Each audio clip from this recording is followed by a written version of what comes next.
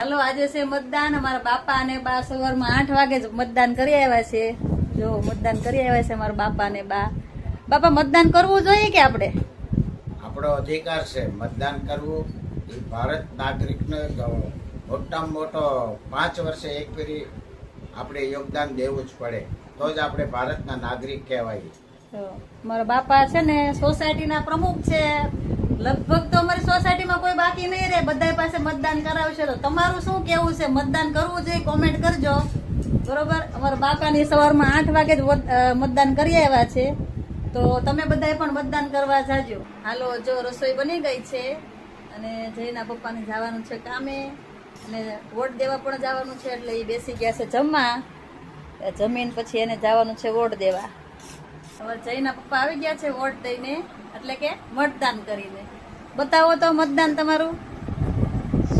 શું વાત છે! અરે વાહ, તમે મતદાન કરી આવ્યા. હવે અમારે બાકી છે, અમે પણ બધા જઈશું મતદાન કરવા. બરોબર?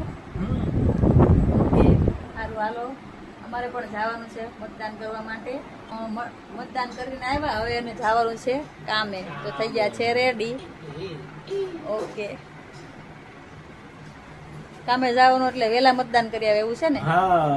હાલો, અમે જઈએ છીએ મતદાન કરવા. બધા આપી આવીએ છીએ અને અમે દેરાણી જેઠાણી બાકી છીએ. તો જો મારા દેરાણી પણ તૈયાર થઈ ગયા છે અહીંયા વોટ દેવા. આશા, આવી જાવ અંદર. જો બીજા દેરાણી પણ બધા હારે જ જાય છે. એકાબીજાનો હથવારો કરી લીધો છે આજે મતદાન કરવાનો. હાલો આશા, તો અમે બધા જઈએ છીએ એક હારે મતદાન કરવા.